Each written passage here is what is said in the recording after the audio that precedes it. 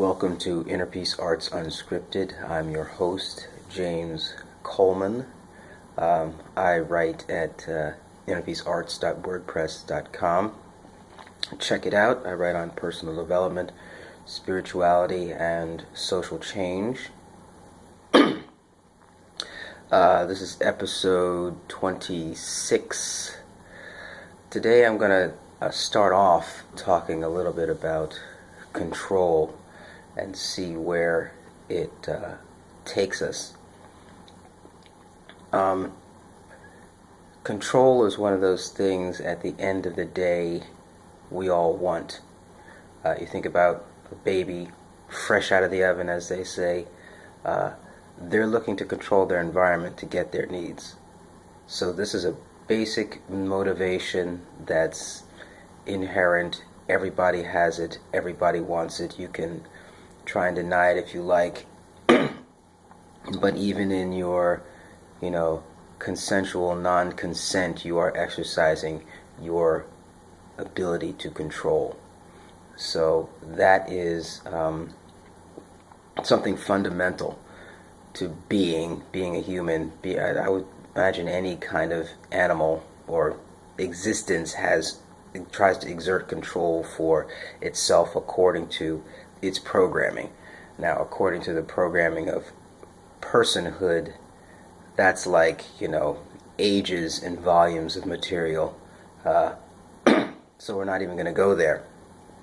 We're just going to say that we want control. And this is something that I think we often struggle with because we want to be relating and recognizing others' free will and their ability to do things and all that. But at the end of the day, we want control, and control is about controlling stuff. There's no way around that.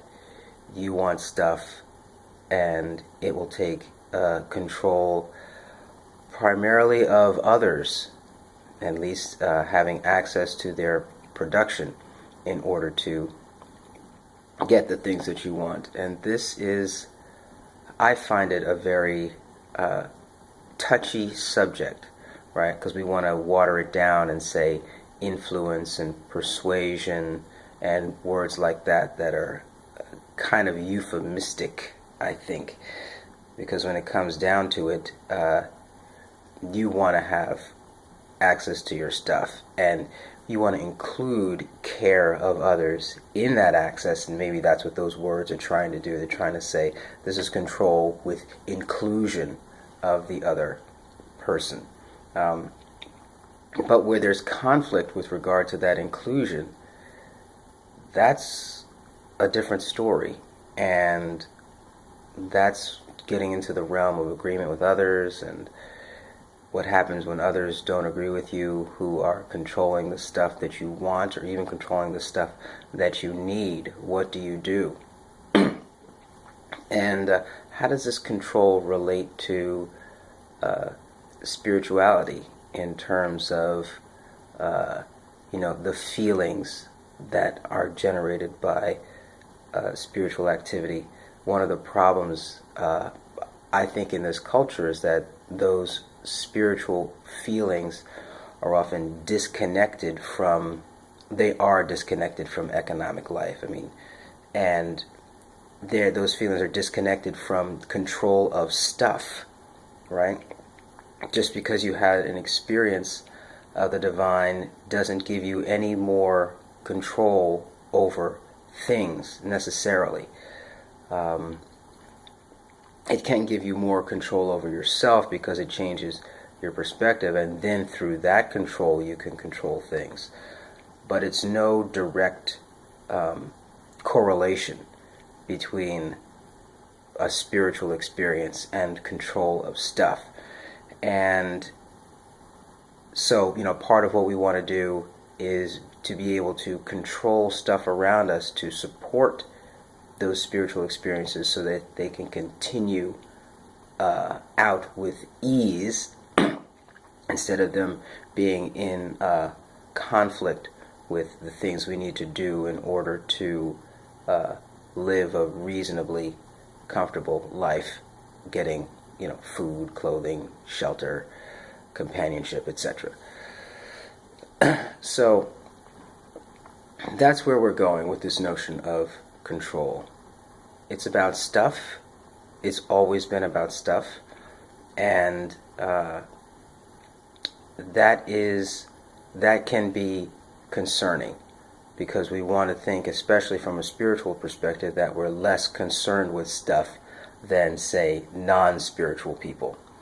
And now I'm here to say that that's simply not true. Your concern for stuff is just the same. Now, how you go about using stuff, what value you put on stuff relative to the value you put on people, and relative to the value you want in terms of raising people up and trying for more people to live in a kind of consciousness that creates a different kind of feeling set to live in, that's another story. But it's still about stuff and the maintenance of stuff and the control of stuff and getting comfortable with that. And I don't think that there is a way to you can connect it, like, with the Protestant ethic. They connected spirituality with the work ethic, and that's cool, but you can have the work ethic without the spirituality, and that is the problem, right? So you can get this there's this, I forget what scripture it is, but it says, in all you're getting, get understanding. It's somewhere in Proverbs, right? What does that imply? That implies you can get without understanding. You can control stuff without understanding, and understanding is separate. So understanding is about an experience that is better than not understanding. And so these are all the ideas that are rummaging around inside, and we're trying to coordinate them in such a way that we have stuff and have the spiritual experience, and somehow integrate them in a way that fosters a kind of, better version than the Protestant ethic. Let's just put it that way. So we're still working it out. But this basis is clear. There's spiritual experience, and there is stuff. And there is, the stuff of the body that makes a spiritual experience, but that's different than the body's usage of getting stuff too. Anyway, it's about control. It's about control of stuff. You need to be comfortable with that. You need to be comfortable negotiating that with others, trying to hide behind it, trying to hide it behind spirituality, I think is a mistake. And I value the spiritual experience very much, but I also recognize this need for stuff and to do what's necessary to get it, and use that spiritual experience kind of as a guide as to what I will and will not do.